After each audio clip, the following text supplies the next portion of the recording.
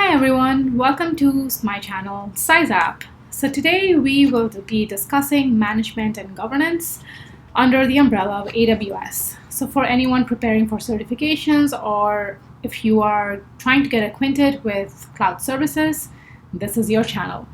So as a way to support an ongoing process of my work, please like, subscribe, and comment on my videos. It helps me feel happy. So for management and governance purposes, we will be discussing some of the core components. If you go under docs.aws.amazon.com and under management and governance, you'll see there are many resources available offered by Amazon. But you don't need to know all of them in detail or even at a high level for the certification purposes. What you should know are the components that I'm helping you understand. First of which is Autoscaling, then CloudFormation, CloudTrail, CloudWatch, and command line interface I'll touch on a little bit, and config, maybe if we have time. But the first four are very important: Autoscaling, CloudFormation, CloudTrail, and CloudWatch. So let's start with AWS Autoscaling. AWS Autoscaling enables you to configure automatic scaling for your AWS resources that are part of your application in a matter of minutes. The AWS Autoscaling provides a single user interface to use the automatic scaling features of multiple AWS services. You can configure automatic scaling for an individual resource or for a whole application. So with AWS Autoscaling, you configure and manage scaling for your resources through a scaling plan. The scaling plan uses dynamic scaling and predictive scaling to automatically scale your application's resources. So this ensures that you add the required computing power to handle the load on your application and then remove it when it's no longer required. So the scaling plan lets you choose scaling strategies to define how to optimize your resource utilization. So you can optimize for availability, for cost, or for a balance of both. Also, you can create your own custom scaling strategies. So the auto-scaling is used for applications. It's useful for applications that experience daily, weekly variations in load traffic, which include the following. There is a cyclical traffic such as high use of resources during regular business hours and low use of resources overnight. On and off workload patterns such as batch processing, testing, or periodic analysis. Third, variable traffic patterns such as marketing campaigns with periods of spiky growth. So to understand autoscaling, there are some features that you should be very well acquainted with, all of which are in fact. There is the EC2 autoscaling group, which launches or terminates your EC2 instances in an autoscaling group. Then you have EC2 spot fleet requests, launch or terminate instances from a spot fleet request, or automatically replace instances that get interrupted for price or capacity reasons. Third, you have ECS, which is container service. If you remember from my earlier video, you can adjust the ECS service desired count up or down in response to load variations. Then you have DynamoDB, which enables you a Dynamo database table for a global secondary index to increase or decrease its provisioned read and write capacity to handle increases in traffic without throttling.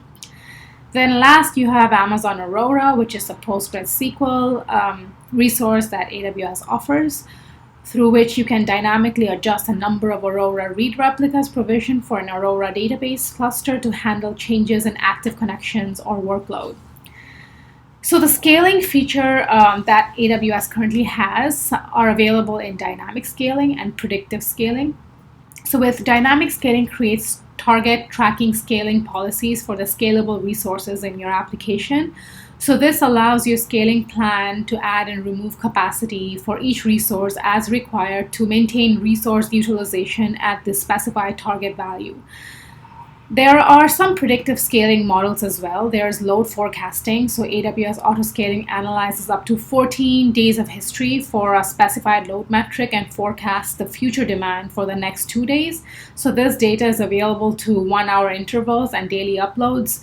Then you have scheduled scaling actions. AWS Autoscaling schedules the scaling actions that proactively add and remove resource capacity to reflect the load forecast.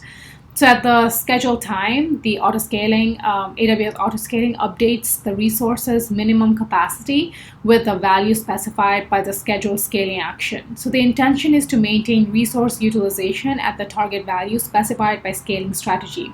So if your application requires more capacity than is forecast, dynamic scaling is available too to add capacity. Then you have maximum capacity behavior. So each resource has a minimum and a maximum capacity limit within which the value specified by the scheduled scaling action is expected to lie. However, you can control whether your applications can add resources beyond their maximum capacity when the forecast capacity is higher than the maximum capacity. So this is all you need to know for autoscaling. Now let's move to the next resource to discuss, which is CloudFormation. You might have heard CloudFormation come across several articles if you're reading things on TechCrunch or any other magazine online. So let's go over what CloudFormation is. CloudFormation is a service that helps you model and set up AWS resources so that you can spend less time managing these resources and more time focusing on your applications and run in AWS. So you create a template that describes all of the AWS resources that you want, like EC2 instances, RDS database instances, and CloudFormation takes care of the provisioning and configuring those resources for you. And you don't need to individually create and configure AWS resources and figure out what's dependent on what. CloudFormation handles all of the configuration and management.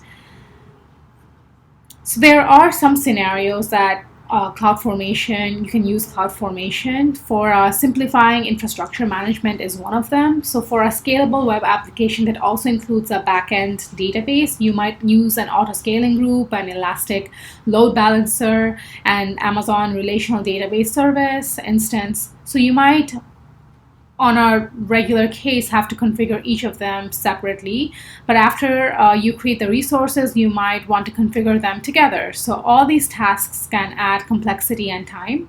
So instead of going through one by one, you can create or modify an existing CloudFormation template. A template describes all of your resources and their properties. When you use a template to create a CloudFormation stack, AWS CloudFormation provisions that autoscaling group, load balancer, and database for you.